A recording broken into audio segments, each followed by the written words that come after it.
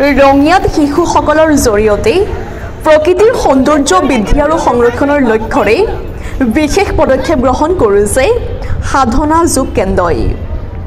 ৰঙিয়া কৃষক শ্বহীদ ভৱন প্ৰাংগণত ফুলৰ বাগিচা স্থাপন কৰাৰ পিছতে শিশুসকলৰ দ্বাৰা ফুল গছৰ পুলি ৰোপণৰ লগতে নিয়মীয়াকৈ প্ৰতিপালন কৰাৰ সংকল্প গ্ৰহণ কৰিছে।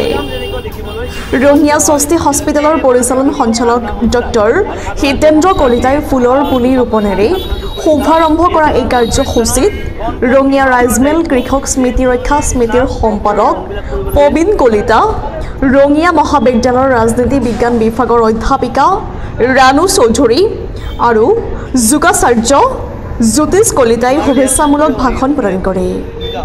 আনহাতে শিশুসকলে প্ৰতিদিনে ৰোপণ কৰা ফুলগছৰ পুলি প্ৰতিপালন কৰি আহিছে। ইফালে আজি বিশেষভাৱে ফুলনি বাগিচাখনত স্বচ্ছ অভিযান চলাই পৰিষ্কাৰ আৰু আৱৰ্জনা মুক্ত কৰাৰ প্ৰয়াস কৰে।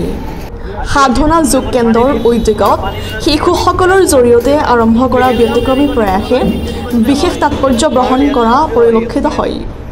ৰঙিয়াৰ পৰা দিনেশ আগৰৱালাৰ ৰিপৰ্ট, JNK নিউজ। ফুলত পানী দিছোঁ আৰু আমি এই ফুলটো যেতিয়া ডাঙৰ হ'ব আৰু চবেই ফুৰিব আহিব আৰু ইমান ধুনীয়া আমি অক্সিজেন পাম গছৰ পৰা, আমি আৰু ফল মূল বহুত পাওঁ।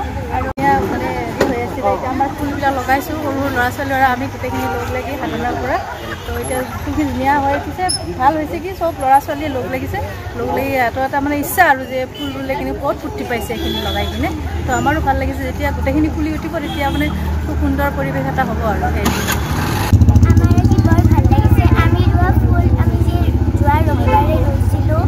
সেই ফুলৰ প্ৰথমটো ফুল ফুলিছে, তগৰ ফুল, আৰু এতিয়া আমি সকলোৱে পানী দি আছোঁ। প্ৰত্যেকে এটা এটা ফুলৰকৈ পানী দি আছে, আমাৰ বৰ ভাল লাগিছে। এই গানখনৰ আৰম্ভণি কৰিছিলোঁ আমি সকলোৱে মিলি কেনে, ইয়াতে সকলোৱে এডাল এডাল গছপুলি লৈছিলোঁ আৰু আজি তাক ৰক্ষণাবেক্ষণ কৰাৰ কাৰণে পানী যোগান ধৰিছোঁ, পানী দিছোঁ। আৰু এই শুভ কামটোত অংশগ্ৰহণ কৰি আমি খুবেই আনন্দিত। সাধনা যোগ প্ৰতিষ্ঠানৰ দ্বাৰা ইয়াত এখন ফুলনি স্থাপন কৰা হৈছে। এই ফুলনিখন আমি যিমান পাৰোঁ ভাল কৰিবৰ কাৰণে এই শিশুসকল অভিভাৱকসকলে আমি চেষ্টা কৰি আছোঁ। ইয়াতে বিভিন্ন ধৰণৰ ফুল ৰোৱা হৈছে এতিয়ালৈকে। ইয়াত কাৰ্পেট গাছো ৰোৱা হ'ব আৰু লাহে ধীৰে আমি ইয়াত এখন হেঙিং গাৰ্ডেন স্থাপন কৰাৰ চিন্তা চৰ্চা কৰিছোঁ। যিমানখিনি পাৰোঁ আমি উন্নত কৰিবৰ কাৰণে লাহে ধীৰে আমি চেষ্টা কৰি থাকিম। আৰু আমি ভাবিছোঁ যে যিবিলাক ৱেষ্ট মেটেৰিয়েল আছে, অৰ্থাৎ যেনে প্লাষ্টিকৰ বটল বা অন্যান্য তেনেকুৱা বস্তু আছে, সেইবিলাক বস্তুৰ পৰা আমি কি ধৰণে তাতে ফুলৰ পুলি ৰুই বস্তুটো বেছি ধুনীয়া কৰিব পাৰোঁ, অৰ্থাৎ আমাৰ পেলনীয়া সামগ্ৰীৰ পৰা আমাৰ যাতে ব্যৱহাৰ কৰিব পাৰি, পেলনীয়া সামগ্ৰীবিলাক ব্যৱহাৰ কৰি এটা ধুনীয়া সৃষ্টি এটা কৰিব পাৰি, সেই জ্ঞানটো আমাৰ কণ কণ শিশুসকলক দিবৰ কাৰণে আমি চেষ্টা কৰি আছোঁ। গতিকে এইটো এটা একদম যোগাত্মক পদক্ষেপ হয় আৰু সেই মৰ্মে চালে এই পদক্ষেপটো আমি কৰিব নোৱাৰিলোহেঁতেন যদি আপোনালোকৰ সক্ৰিয় সহায় সহযোগিতা নাথাকিলেহেঁতেন। গতিকে আপোনালোকলৈকে আমাৰ সাধাৰণ তৰফৰ পৰা সশ্ৰদ্ধ প্ৰণাম জনাইছোঁ আৰু লগতে কণ কণ শিশুসকলৰ উজ্জ্বল ভৱিষ্যত কামনা কৰিছোঁ।